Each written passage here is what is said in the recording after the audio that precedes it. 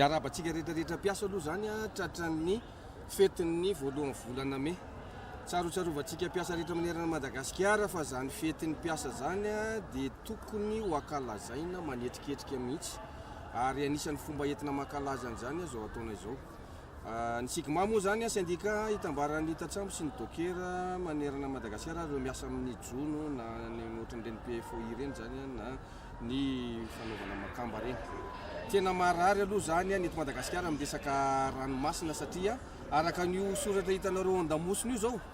dia ny Tatsambo mbola mizaka ny tserany aina zany amin'ny resaka hoe manaovana ny contrat mensuel io. Zany hoe tena précaire na hoe tsy maharitra ary manao zay tanin'ny kibony ny tompony sambo malagasy eto zany indrindraindrindra ny ao amin'ny pesy io. Anefa io no anisan'ny mampiditra vola betsaka indrindra eto Madagasikara zany raha ndesaka devise fa ny mpiasa ao no anisan'ny voambaka indrindra ary efa ela izahay no niteny tamin'ny tompona ndraiky mpanafana maefa zany eto Madagasikara zay mifandimby teto vao nanomboka nitsangana zay tamin'ny taona 2014 dia efa io no nidradradradrany nefa hatramin'izao zany izy tsy mety afaka mihitsy. Manaraka zany eo ihany koa ny fanararotan'le mpaniera na service de recrutement eto Madagasikara zay misoratena atao papelika milaza fa mpampiasa kanefa dia mazava be ny norme internationale du travail satria ny tenako moa zany dia anisan'ny expert amin'ny norme internationale du travail maritime mamaritra fa ny mpaniera dia tsy mpampiasa velively fa ny mpampiasa no manao sininy atao hoe fifanarahana imbonana na ny convention collective miaraka amin'ny solitena ny Tatsambo. Eto amintsika nefa zany dia ohatra misy ny firaisana tsikombakomba ratsy izay ataony mitondra fanjakana sy ireo mpaniera reo misoratena milaza fa izy no mpampiasa n'le Tatsambo malagasy zay tsy marina velively ary mbola isitonana saitsika mpitondra fanjakana hoe mba avoay amin'izay le décret mamaritra ny atao hoe service de recrutement sy placement miaraka amin'ny arrêté miaraka amin'izany fa aza dia aletika reo any sa andrasatsika ho tonga any amin'ny taona fahafiry indray izy ity vao avoaka zany. Manaraka zany eo ihany koa ny code maritime zay efa nasipanitsina zany efa tamin'ny taona 2014 mbola misy zany ny zavatra tokony mbola ho ampiana amin'ny zavatra iny kanefa dia sady aletika zareo any izy no tsy dinihana ihany tsony koa dia mangataka izay hoe efa tsara le ezaka nataonareo Andriamatofiloha nametraka an'le dénomination ministère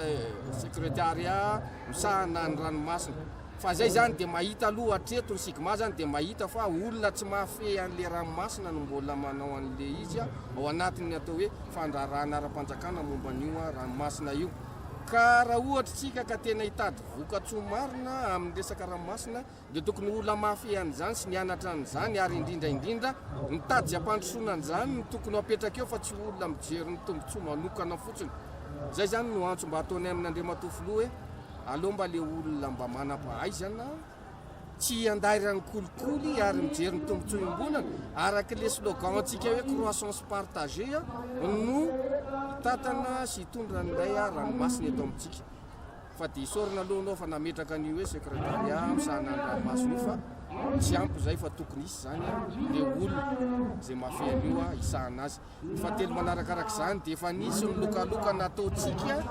tamin'ny fivorim-be resam-pirenena momba ny asa tany Genève tamin'ny volana Jiona 2014. Andriamatoa Maharantso Jean de Dieu ministre ny asa sy ny asam-panjakana ary ny lalàna sosialy tamin'izany no ny kabary ty masom-bahoaka tany a Genève teo anatrehana firenena mihoatra ny 700 nilaza fa irosontsika amin'ny ratification atao hoe convention du travail maritime 2006 hatramin'izao nefa zany dia mbola tsy tanteraka ka aleo Andriamatofiloha mba ho tena asa amin'izay natao fa mba ampy kosa anga amin'izay ny kabary amin'ny sehatra fampandrosoana firenena malagasy ity. Razafindray be Arnaud Lucien, officier supérieur de la marine marchande, président de la section pêche ITF AT Afrique, membre du groupe de pilotage contre les pratiques déloyales, monsieur Tinias Ranomasina, au ITF, avec expert en normes internationales du travail maritime et pêche. Le SIGMA, syndicat général maritime de Madagascar.